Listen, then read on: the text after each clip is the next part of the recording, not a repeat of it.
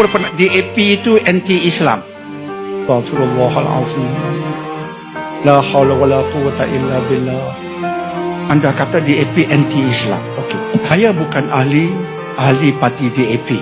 Itu pertama.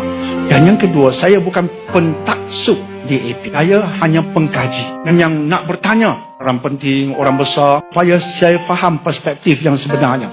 Dan juga saya nak menilai sebagai orang Islam yang Allah suruh saya yang Islam bersikap adil, tidak menzolimi walaupun terhadap non-Muslim. Setelah itu kita dapat dari Quran. Dan sesiapa pun kamu kena bersikap adil, kata Allah. Maka terhadap DAP, bila orang tanya saya berkata saya kena adil dengan mereka. Agama ajar saya begitu. Jadi bila saya nak bersikap adil, saya kena kaji. Dan DAP menguasai Pulau Pinang, saya boleh kaji, boleh masuk bilik bertanya. Dan akhirnya beberapa perkara yang boleh saya dedahkan. Sama, bila kita tanya pada pemimpin DAP, bila kita tengok jawapan-jawapan, beberapa perkara yang DAP jadikan ia pegangan.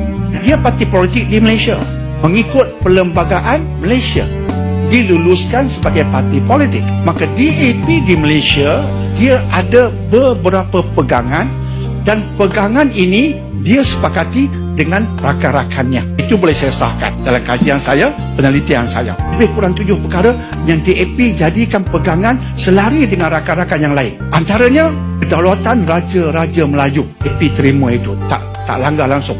Kedua, kedaulatan bahasa Melayu sebagai bahasa kebangsaan. Tak lawan. Ketiga, keistimewaan bangsa Melayu. Dia tak lawan. Yang keempat, kedudukan Islam dalam perlembagaan. Dia tak lawan. Bila saya sedar itu, saya menyedari DAP, apa saja anda nak kata pun, sebenarnya dalam konteks Islam, kalau kita mengatakan dia anti-Islam, kalau ia bermaksud mereka anti-Islam 100%, itu tak betul. Mereka bukan anti-Islam seperti itu.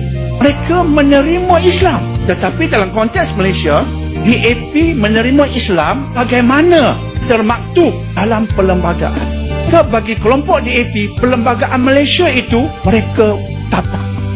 Warga negara Malaysia, maka perlembagaan Malaysia lah yang mereka dukung. Dan dalam perlembagaan ada kenyataan, ada klausa tentang Islam dalam perlembagaan. Itu mereka tata. Tercatat dalam perlembagaan.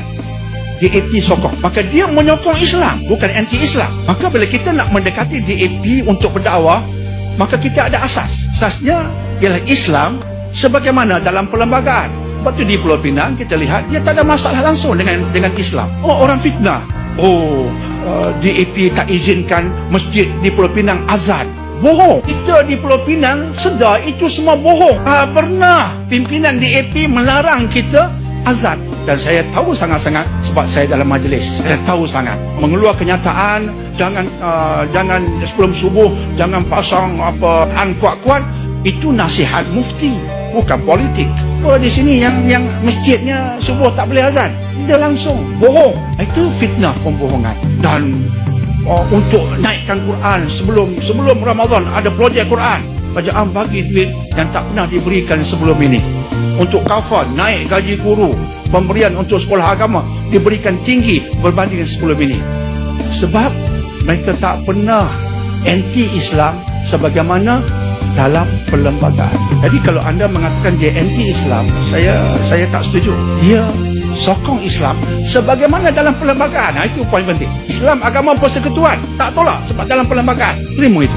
Kita tahu bahawa kita terpaksa menerangkan lagi halnya lebih detail. Sebab itu saya sentiasa mendoakan. Kalau ada orang tak bersetuju, silakan. Tapi ini pendirian saya yang tak mungkin berubah. Sebab mereka hormat Islam sebagaimana dalam perlembagaan. Itu asas mendekati mereka. Ada asas, tak fahamkan kepada mereka lebih detail tentang Islam. Maka sebab itu saya mengharapkan ada kelompok merapat dengan mereka. Dan yang menghizirkan mereka, bukan mengutuk mereka, mengharbikan mereka. Saya mengharapkan sebab asasnya ada.